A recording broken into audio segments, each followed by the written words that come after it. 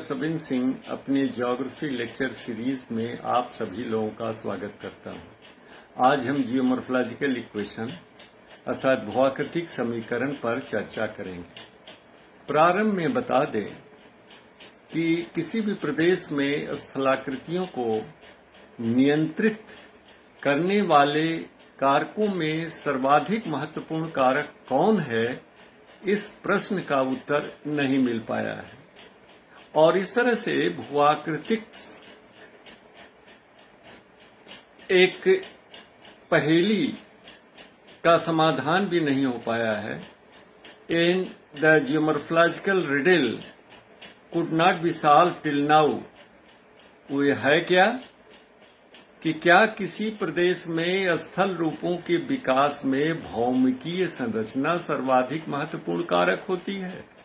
Weather geological structure plays most important role in the evolution of landscape in a region, या किसी प्रदेश में स्थलाकृतियों के विकास में भूआकृतिक प्रक्रमों का सर्वाधिक योगदान होता है और geomorphic processes plays most dominant role in the evolution and development of landscape in a region, या किसी प्रदेश में स्थलाकृतियों के विकास में जलवायु का सर्वाधिक महत्वपूर्ण योगदान होता है और climate plays most important role in the evolution and development of landform in a particular region, या समय सर्वाधिक महत्वपूर्ण कारक होता है और time is most dominant factor. इन प्रश्नों से संबंधित इस भूआकृतिक पहेली का निदान अभी तक नहीं हो पाया है। यद्यपि इस क्षेत्र में विलियम मॉरिस डेविस ने प्रथम प्रयास किया था अपने क्लासिक एस्से जियोग्राफिकल साइकिल में, उन्होंने स्थलाकृतियों के विकास और विस्तार में 3 कारकों को महत्वपूर्ण बताया था। 3 factors were held responsible for the evolution and development landform in a particular region: process, structure और समय। इनसे संबंधित 3 कारकों को हम डेविस का त्रिकट कहते हैं। ट्रायो ऑफ डेविस के नाम से इनको हम जानते हैं, लेकिन इसको डेविस ने किसी सूत्र या समीकरण के रूप में प्रस्तुत नहीं किया था, बल्कि कुछ अन्य लोगों ने इसे सूत्र के रूप में प्रस्तुत किया, जिसको आप भली भांति जानते हैं। Landscape is a function of structure, process and stages. किसी भी प्रदेश में स्थल रूप, संरचना, प्रक्रम और अवस्था का प्रतिफल होता है और इसको फिर और परिमार्जित करके इस रूप में प्रस्तुत किया गया कि landscape is a function of structure, process and time. किसी भी प्रदेश में स्थल रूप, संरचना, प्रक्रम और समय का प्रतिफल होता है। लेकिन डेविस महोदय ने इस सूत्र का उपयोग नहीं किया था। ये तीनों कारकों का अलग अलग उल्लेख किया था और डेफिनेटली डेविस ने समय को एक कारक के रूप में लिया था, एक फैक्टर के रूप में लिया था, एक प्रोसेस के रूप में लिया था। जब मैं एमए में पढ़ रहा था तो उलरिज एंड मॉर्गन की एक पुस्तक जियोमॉर्फोलॉजी पर थी, जिसमें उन्होंने ये जरूर उल्लेख किया था landscape is a function of structure, process and stages, लेकिन डेविस के नाम के आधार पर उन्होंने ये उल्लेख नहीं किया था। आगे चल करके 1977 ईस्वी में केजे ग्रेगरी महोदय ने किसी भी प्रदेश में स्थलाकृतियों को नियंत्रित करने वाले कारकों को एक समीकरण के रूप में, गणितीय समीकरण के रूप में प्रस्तुत किया। So KJ Gregory presented an equation known as geomorphological equation in the form of mathematical formulae, जो हम इस समय उस रूप में नहीं व्यक्त कर सकते क्योंकि मेरे सामने ब्लैक बोर्ड और चाक नहीं है, लेकिन उसको हम वर्बल रूप में बताते हैं कि F is equal to, F capital में, F means form, land form, small f bracket में M P bracket close small t. यानी ये जो जियोमॉर्फोलॉजिकल इक्वेशन ग्रेगरी महोदय ने प्रस्तुत किया कि landscape in a particular region is the function of process material over time. Material का अर्थ है यहाँ जियो मटीरियल, भू पदार्थ, जिसके अंतर्गत हम भौमिकी संरचना को सम्मिलित करते हैं, जिसके अंतर्गत रॉक टाइप्स, लिथोलॉजी और ज्वाइंट्स हैं, फॉल्ट्स हैं, फ्रैक्चर्स हैं, लिनामेंट इत्यादि को भी सम्मिलित करते हैं। इस समीकरण की व्याख्या को ग्रेगरी महोदय ने 4 स्तरों पर सुझाव दिया, जिसमें लेवल 1 डिफरेंशिएटिंग द इक्वेशन, यानी किसी भी प्रदेश में स्थलाकृतियों के विकास के अध्ययन के समय उससे संबंधित कार्यरत प्रक्रम, भौमिकी संरचना और समय का अलग अलग विशद रूप में अध्ययन करना चाहिए, और ये अलग अलग अध्ययन किया जाता है। फिर दूसरा जो है, इसको कहते हैं डिफरेंशिएटिंग द इक्वेशन। फिर दूसरा जो स्तर होता है, इसमें हम जो है एक जिसको कहते हैं बैलेंसिंग द इक्वेशन, अर्थात इन कारकों में संबंधों का हम अध्ययन करते हैं। We try to understand the relationship among these factors, कि प्रक्रम संरचना से किस तरह संबंधित है, या प्रक्रम समय से कैसे संबंधित है, या संरचना और समय में क्या संबंध है। यानी इन कारकों के बीच हम संबंधों का अध्ययन करते हैं।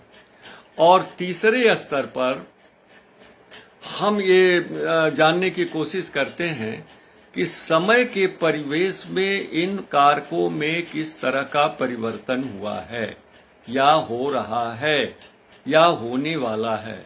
सो at level 3 we study the changes in the controlling factors through time। और चौथा जो लेवल होता है, जिसे कहते हैं अप्लाइंग द इक्वेशन, जिसके तहत हम इन 3 स्तरों पर जो अध्ययन से निकले परिणाम हैं उनको व्यवहार में लागू करते हैं। So we try to apply the results derived through the analysis at 3 levels in the field. और इसमें हम फिर जो है ये प्राकथन करते हैं, इसको हम बताते हैं कि रिट्रोडिक्शन की बात करते हैं, पोस्ट डिक्शन की बात या प्रिडिक्शन की बात करते हैं। रिट्रोडिक्शन के तहत हम बताते हैं कि विगत कालों में स्थल रूपों में किस तरह का परिवर्तन हुआ है या नहीं हुआ है, और इस परिवर्तन में किस समय किस कारक का ज्यादा महत्वपूर्ण रोल रहा है। और पोस्ट डिक्शन या प्रिडिक्शन में हम उस स्थान में भविष्य में होने वाले परिवर्तनों और इन परिणामों के आधार पर अन्यत्र स्थलाकृतियों में होने वाले परिवर्तनों का हम जो है कि भविष्यवाणी करते हैं। अब अगर मैं जब इस इक्वेशन को थोड़ा पढ़ने पढ़ाने में समझदार हो गया था, तो इस पे गहनता से एक दिन मैं विचार किया।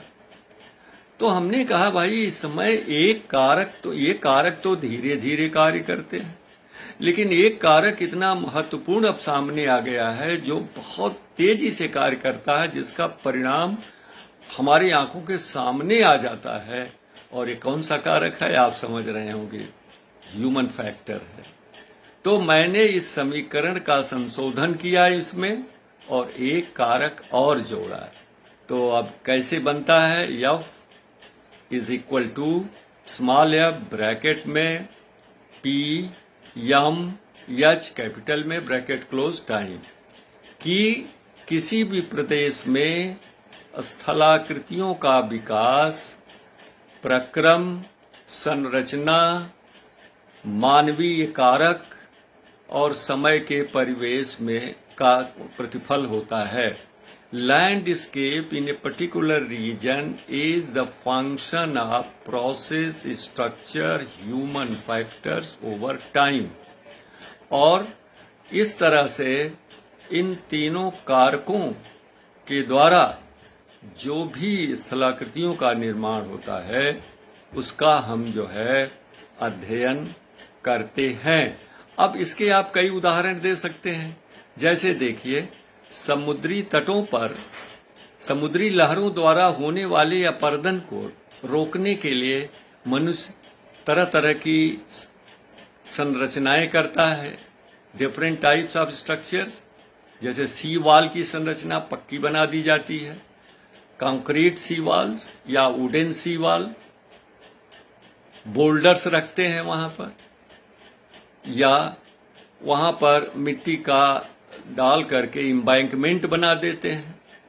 हमारे बंगाल के मित्र लोग जो है दीघा बीच गए होंगे तो वहां इन्होंने देखा होगा कि ये दोनों वहां पर हैं। वहां पर एम्बैंकमेंट भी बना हुआ है। मैं गया हूं वहां पर, काफी उस पे घूमा हूं।